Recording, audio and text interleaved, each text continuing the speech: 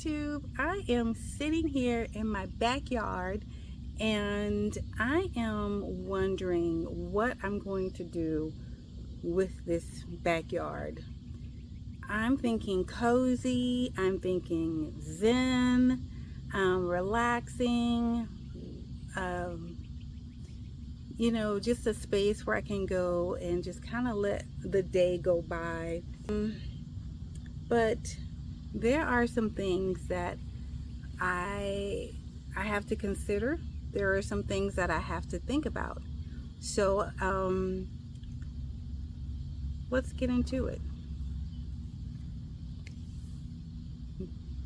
So here's the area in my yard, and it's just waiting for something magical. It gets tons of sun, and the soil is pretty decent.